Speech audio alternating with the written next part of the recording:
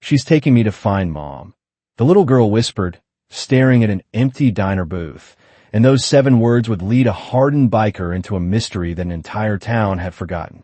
Rain tapped softly against the windows of Grace's diner, turning the late October morning into a gray watercolor painting.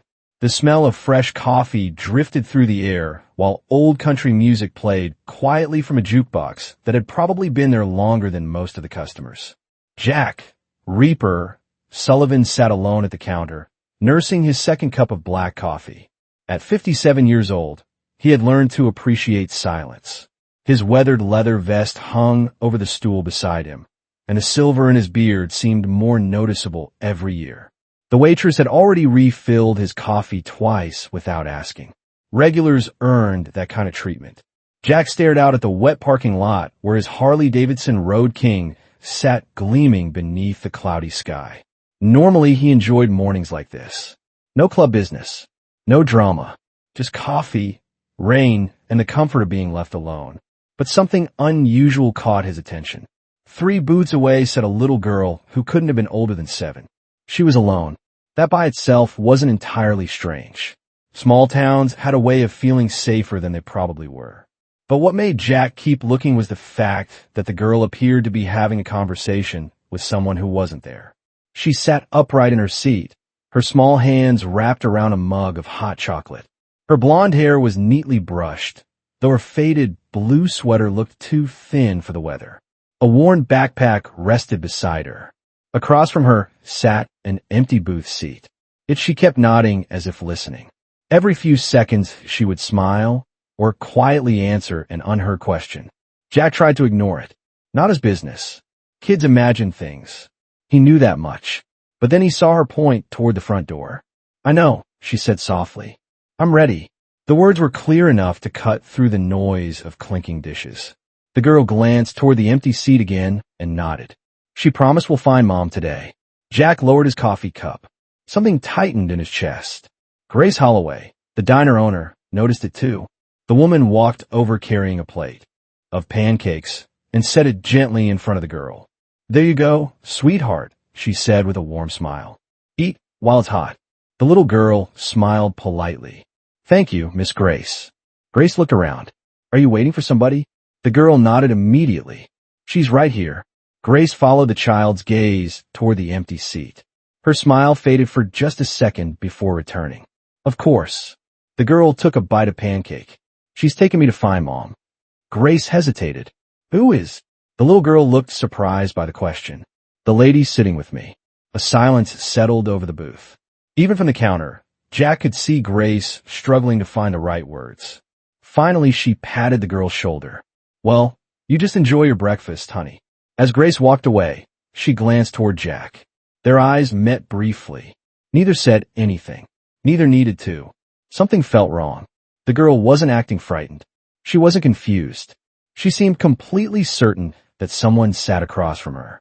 Jack tried returning to his coffee, but his attention kept drifting back. The child looked toward the empty seat again and listened carefully. Then she smiled. A genuine smile. "Okay," she whispered. "I trust you." A cold chill crawled across the back of Jack's neck despite the warmth of the diner. He had no idea who the little girl was. He had no idea where her parents were. But as thunder rumbled faintly somewhere beyond the rain-soaked hills, Jack Sullivan had the unmistakable feeling that his quiet morning was about to change forever. Jack watched the little girl for another 5 minutes before finally setting his coffee cup down. He had spent most of his life trusting instincts that had kept him alive through bad weather, bad roads, and bad decisions. Right now, those instincts were telling him that a 7-year-old child sitting alone in a diner on a rainy morning was not something he should ignore. He rose from his stool and walked slowly toward the booth. Emily noticed him immediately. Her blue eyes lifted from the plate of pancakes and settled on his face without fear. Most children stared at the tattoos on his arms or the scars on his hands. Emily barely seemed to notice them. She simply looked at him as though she had been expecting him. "Good morning," Jack said. "Mind if I sit down for a minute?" Emily glanced toward the empty seat across from her. For a moment, she appeared to be listening. Then she nodded. "She says it is okay." Jack pulled out the booth seat beside her instead of taking the place across from her. He was not sure why. Something about the way she kept looking at that empty space made him feel like it already belonged to someone. "What is your name?" he asked. "Emily Carter." "Nice to meet you, Emily." "I am Jack." She smiled slightly. "I know." That answer made him pause. "You know." Emily took another bite of pancake. "She told me." Jack followed her gaze toward the empty seat again. Rainwater rolled down the diner windows behind them. "Who exactly is she?" Emily looked confused by the question. "The lady helping me find Mom." Her answer was calm and matter-of-fact. There was no uncertainty in her voice. No sign that she was pretending. Grace approached carrying a fresh pot of coffee. "Everything okay over here?" she asked. Jack nodded. "Did she come in with anyone?" Grace sighed quietly. "No. She's been here almost an hour." Jack frowned. "An hour?" Grace lowered her voice. "She walked in alone right after opening. Paid for hot chocolate with 3 crumpled dollar bills and sat down." Jack looked back at Emily. "Where did you come from this morning?" Emily pointed toward the highway beyond the diner parking lot. "From the bus station." "Were you traveling with family?" Emily shook her head. "No, friends." Another shake of her head. "Just her." Jack felt a knot tightening in his stomach. The child did not seem scared. If anything, she seemed strangely comfortable. That worried him more. He noticed the worn backpack beside her. One of the zippers had partially opened, revealing the corner of a photograph sticking out from inside. Emily followed his gaze and immediately pulled the backpack closer. "Mom gave me this." "The backpack?" Jack asked. "Everything inside it."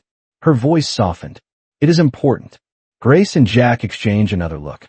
The diner owner seemed just as concerned now. "Emily," Grace said gently, "do you have anyone we can call?" The little girl stared down at her hands. For the first time since Jack had met her, her confidence seemed to waver. "I do not know." The answer hung heavily in the air. Outside, a pickup truck splashed through a puddle. Somewhere in the kitchen, dishes clattered. The ordinary sounds of the diner suddenly felt far away. Jack leaned back and studied the child more carefully. Her clothes were clean, but worn. Her shoes looked too small. There were dark circles beneath her eyes that no child should have. Yet she carried herself with an unusual calm, as though she had been handling grown-up problems for a long time. Then Emily slowly reached in a backpack.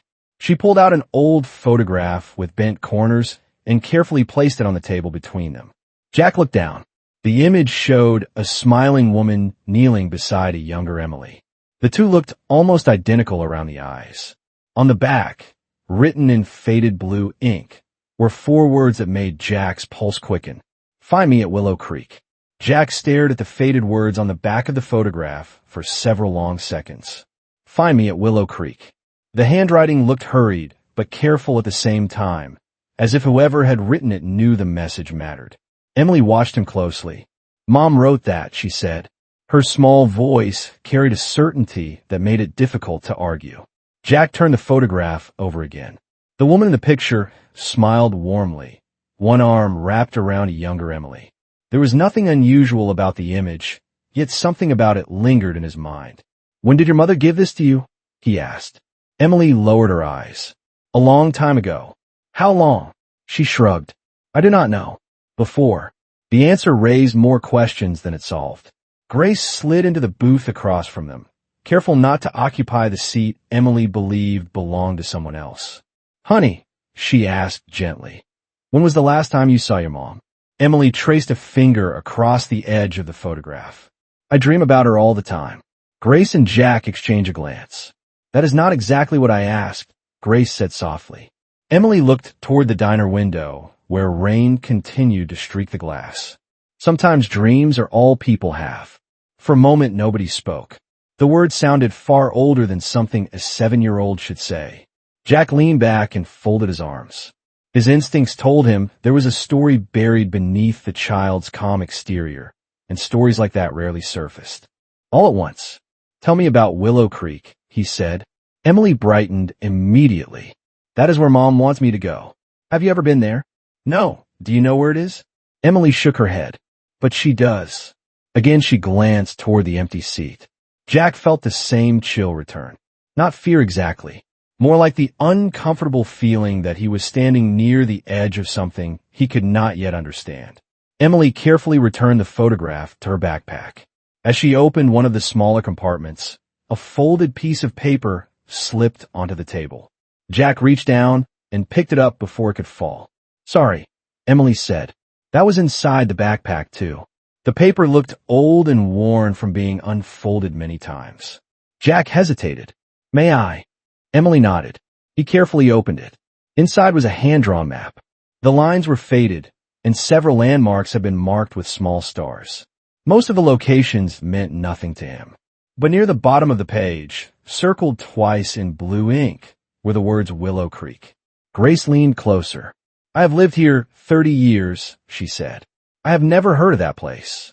"Neither have I," Jack admitted. Emily smiled as though that changed nothing.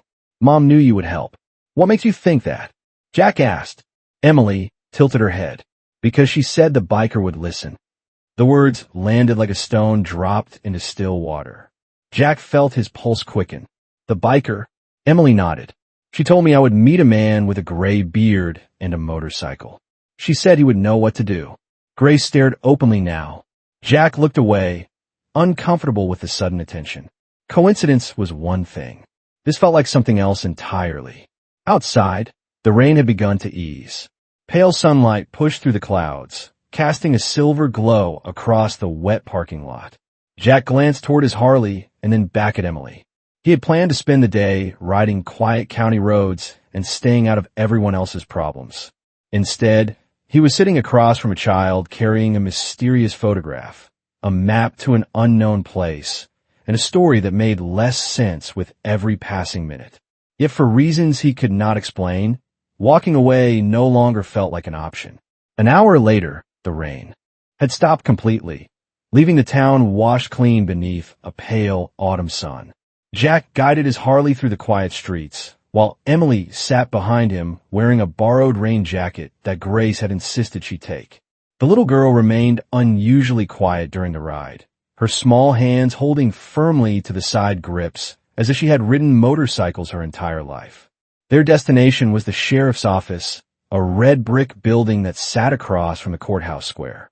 Sheriff Tom Walker looked up from his desk when they entered. The former Marine had known Jack for years. Not close friends, but close enough to exchange a nod whenever their paths crossed. "Well," Tom said, leaning back in his chair, "this is not how I expected my morning to go." His eyes moved toward Emily. "And who do we have here?" Jack placed the photograph on the desk. "That is what I'm trying to figure out." Tom picked up the picture casually at first. Then his expression changed. The color seemed to drain from his face. He stared at the image for several long seconds before looking up again. "Where did you get this?" Jack noticed the shift immediately. The girl had it in her backpack. Tom looked at Emily. "What is your name, sweetheart?" "Emily Carter." The sheriff's jaw tightened. He looked back down at the photograph. "No," he whispered. "That cannot be." Jack folded his arms. "What is it?" Tom stood and crossed the room toward a row of filing cabinets. After unlocking one of the drawers, he removed a thick folder covered with dust. The sheriff placed it on the desk and slowly opened it. Inside were newspaper clippings, photographs, and reports that looked years old. Jack's eyes landed on a familiar face. The same woman from Emily's photograph. "Maggie Carter. You know her?" Jack asked. Tom exhaled heavily. Everybody in this town knew Maggie Carter. Emily stepped closer to the desk. "That is my mom." The sheriff looked at her with a mixture of sadness and disbelief. "Maggie disappeared 6 years ago." Silence filled the room. Jack felt the words settle heavily in the air. "Disappeared?" Tom nodded. "She lived just outside town, worked at the library, raised her daughter by herself." His eyes moved toward Emily again. After she vanished, nobody could find either of them. Jack frowned.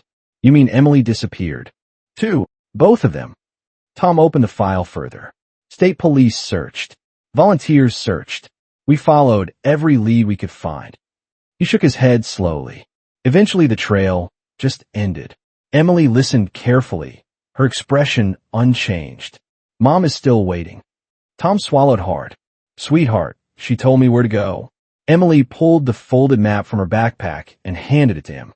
The sheriff unfolded it. The moment he saw the circle around Willow Creek, his eyes widened. Where did this come from? It was with a picture. Tom looked from the map to the photograph and back again. Jack could see questions forming behind the sheriff's eyes. Questions he clearly did not have answers for. "I have not heard that name in years," Tom finally said.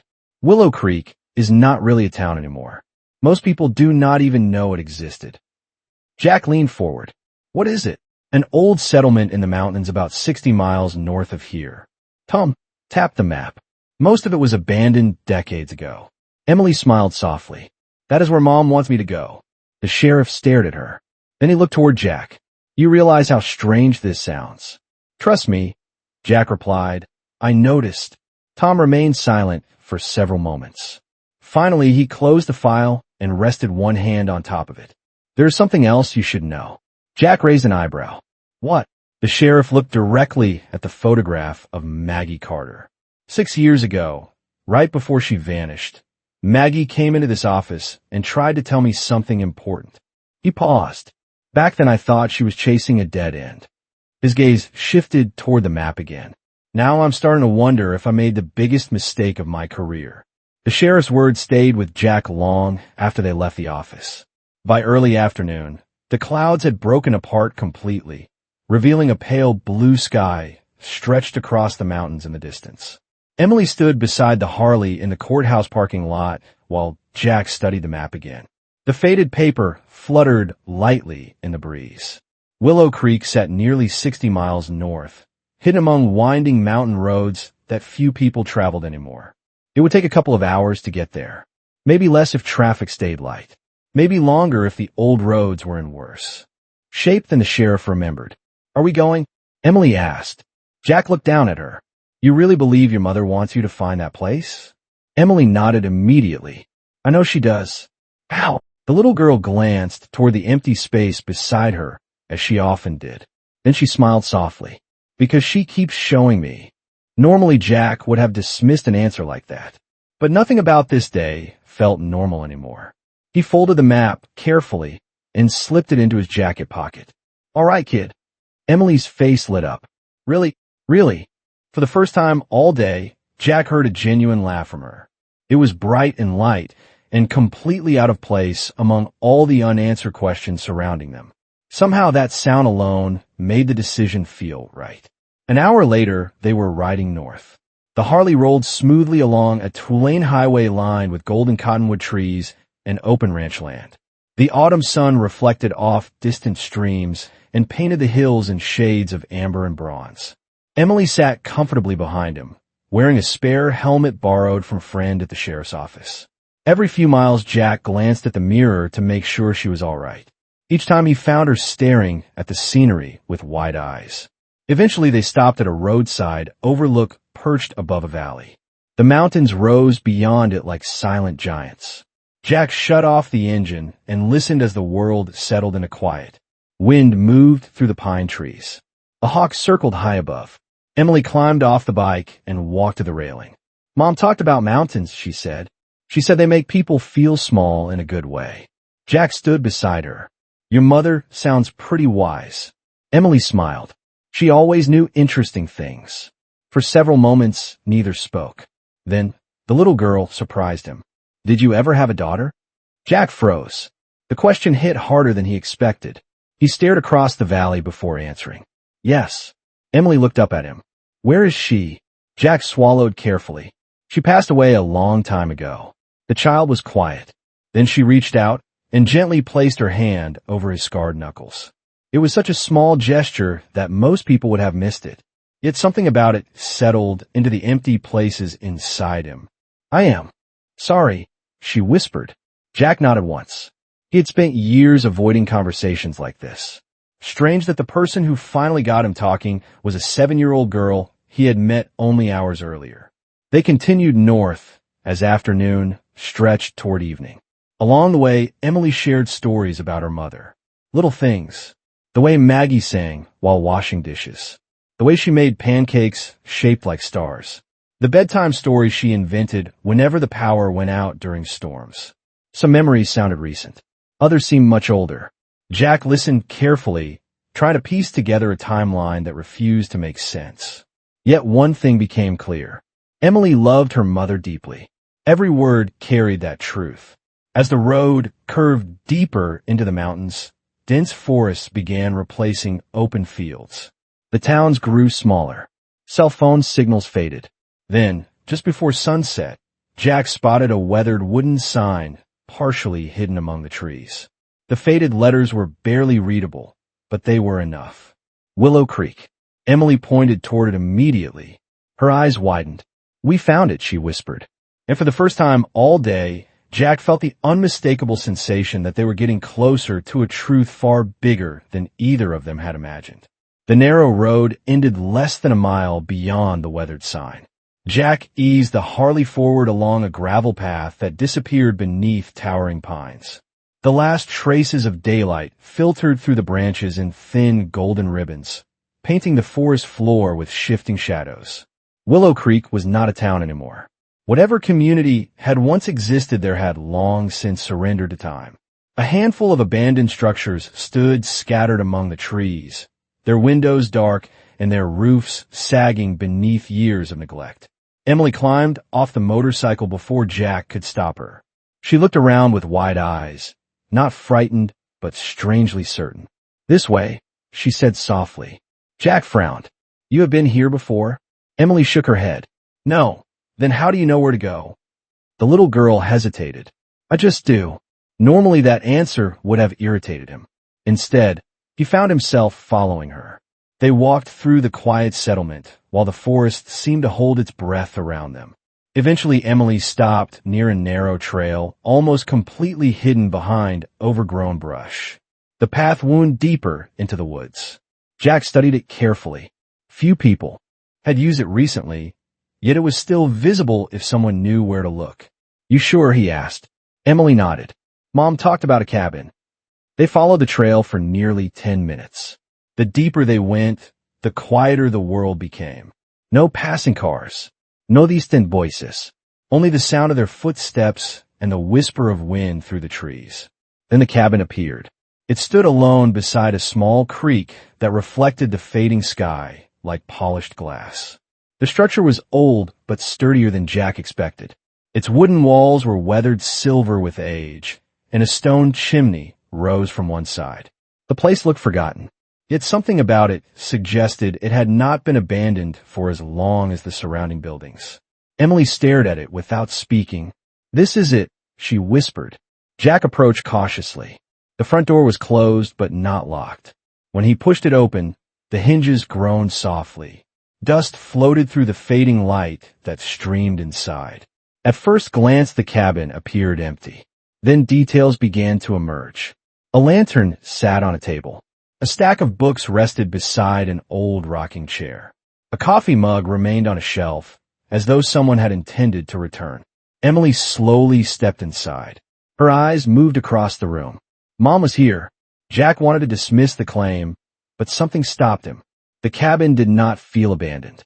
It felt paused, as if life had simply stepped outside for a moment and never returned. He began examining the room carefully. In a small bedroom, he found neatly folded blankets. In the kitchen, he discovered canned food that had expired only months earlier. Then, inside a wooden desk near the window, he found something that made him stop cold. A journal. The leather cover was worn from use. Jack carried it back in the main room and opened the first page. The handwriting matched the words written behind the photograph. Maggie Carter. Emily immediately moved beside him. "That is Mom's writing." Jack turned the pages slowly. The journal contained observations, sketches, and personal notes. Most entries were dated years ago. Yet as he flipped forward, the dates continued. Month after month, year after year, his pulse quickened. Finally, he reached the last completed page. The date at the top made him stare. 8 months ago. Jack looked at it again, to make sure he had not read it wrong. 8 months. Not 6 years. Not even 1 year. 8 months. Emily saw his expression. "What is it?" Jack swallowed carefully. His eyes drifted toward the final entry while questions raced through his mind. If Maggie Carter had truly vanished 6 years earlier, Then how had she been writing in this cabin only 8 months ago? The cabin grew quiet as twilight settled beyond the windows. Jack sat at the old wooden table with the journal open before him, while Emily curled up in a rocking chair nearby. The soft creak of the chair echoed through the room as she slowly rocked back and forth. Outside, the creak murmured over smooth stones, and the last light of day faded into deep blue shadows. Jack carefully turned the pages leading up to the final entry. What he found was not the story he expected. Maggie Carter had not spent years hiding from imaginary fears. Her writing was calm, organized, and remarkably detailed. She documented meetings, dates, property records, survey maps, and observations about land purchases throughout the county. Several names appeared repeatedly. Some belonged to developers. Others belonged to local officials. Entire pages were devoted to transactions involving old mining property surrounding Willow Creek. Jack frowned. None of it made much sense at first. Then patterns began to emerge. Maggie had been investigating something. The deeper he read, the clearer it became. 6 years earlier, large sections of land had quietly changed ownership through a chain of companies that barely existed on paper. Valuable acreage had been sold for prices far below market value. Historical records had disappeared. Boundaries had been altered. Maggie had spent years gathering information, connecting pieces that nobody else seemed willing to examine. A folded document slipped from between 2 pages. Jack unfolded it carefully. It was a copy of a county survey map covered with handwritten notes. Several areas had been circled in red ink. Next to one location, Maggie had written a single sentence. They did not want anyone asking questions. Jack leaned back slowly. The sheriff's words returned to him. Maggie had tried to tell him something important before she vanished. Maybe she had not been chasing a dead end after all. Maybe she had been getting too close to a truth that powerful people preferred to keep buried. Emily stopped rocking. "Did you find something?" she asked. Jack looked at her. "Your mother was trying to protect something. Or someone," Emily asked quietly. The question surprised him. "Why do you say that?" Emily glanced toward the window. "Mom always said that truth matters because people matter." For a moment, Jack saw Maggie reflected in her daughter. The same calm certainty, the same quiet strength. He continued reading. Near the back of the journal, Maggie described moving between safe locations while continuing her research. She never mentioned specific threats or dangerous encounters. Instead, her concern focused almost entirely on Emily. Entry after entry spoke about keeping her daughter safe, preserving evidence, and making sure the truth would someday reach the right people. Then Jack reached the final completed page. The handwriting looked slightly hurried compared to earlier entries. "If you're reading this, it means Emily found her way here. I prayed she never would. But if she did, then circumstances left her no choice. The answers are hidden where the water meets the stone. Trust the map. Trust the evidence. Most importantly, trust the people who choose kindness when they have every reason not to." Jack read the words twice, then a third time. Emily watched him from across the room. "What did she say?" Jack closed the journal gently. "She was thinking about you." Emily lowered her eyes. She always did. A sudden realization struck him. Maggie had not left random clues behind. Every photograph, every map, every note had been placed deliberately. She had created a trail, not for herself, for her daughter, and somehow that trail had led directly to him. The thought settled heavily in his chest. For years, Jack had drifted through life, carrying old regrets and avoiding responsibility whenever possible. Now a missing mother's final hopes rested inside a journal sitting on a cabin table deep in the mountains. Outside, darkness continued gathering among the trees. Inside, the mystery only grew deeper. Because if Maggie had been alive 8 months ago, then one question remained unanswered. What had happened during those missing months since her final entry was written? The cabin felt different after midnight. The forest beyond the windows had disappeared into darkness, leaving only the faint glow of a lantern on the table and the soft crackle of a fire Jack had managed to coax back to life in the old stone fireplace.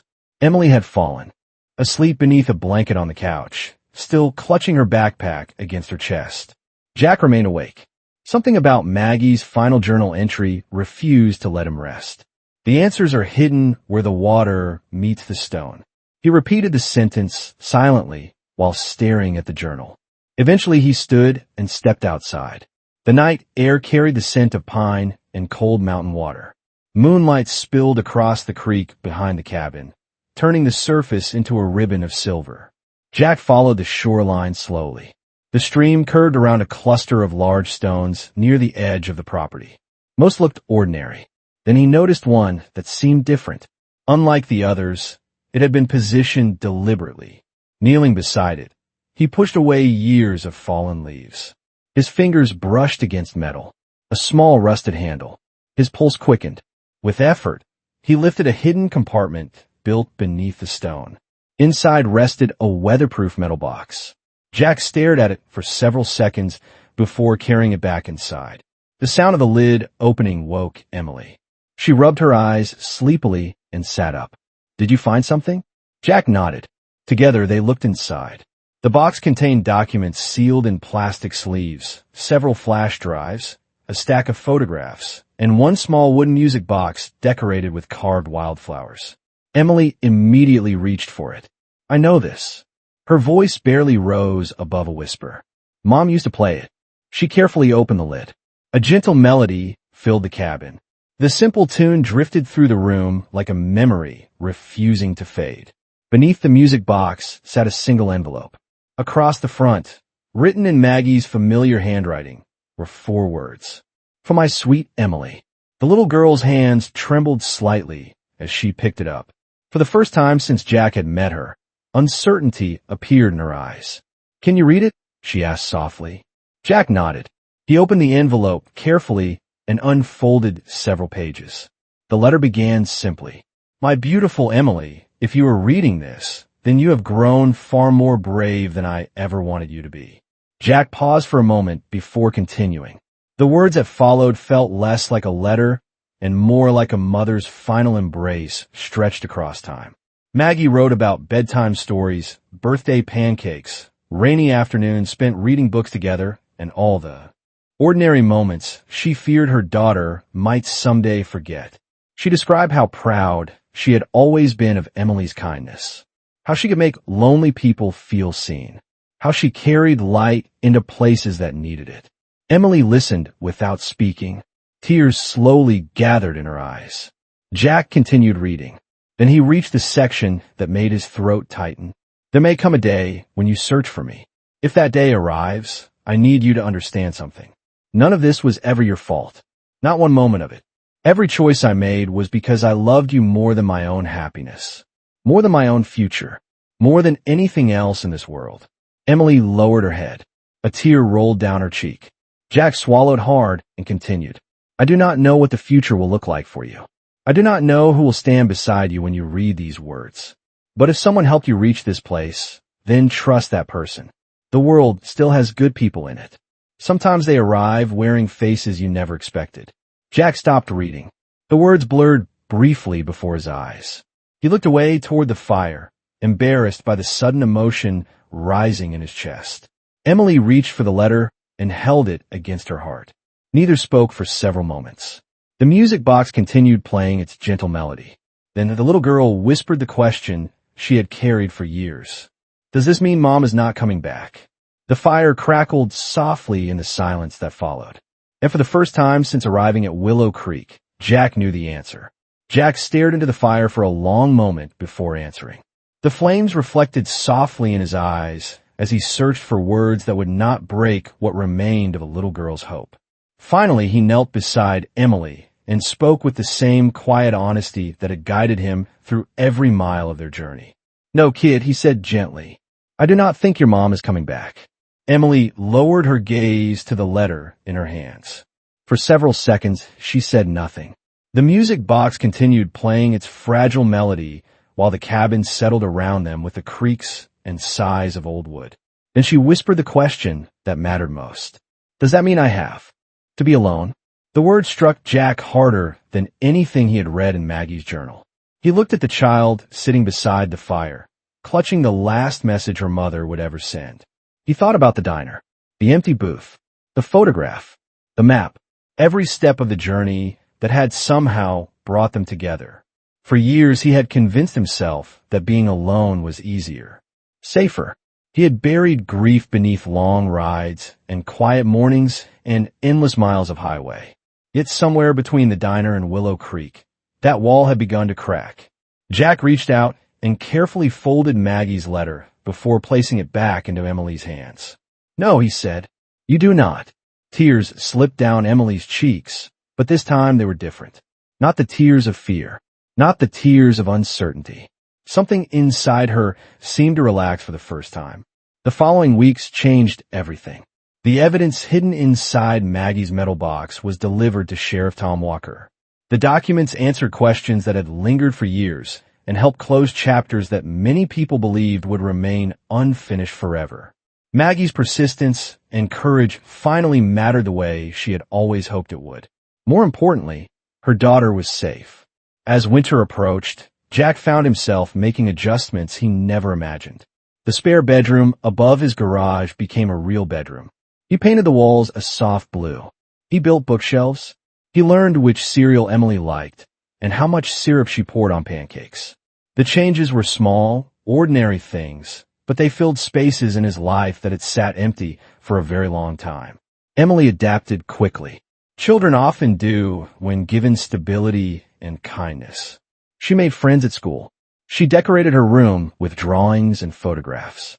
The music box remained on her nightstand beside Maggie's letter, both treated like treasured family heirlooms. Every Sunday evening, they visited the small creek near Willow Creek.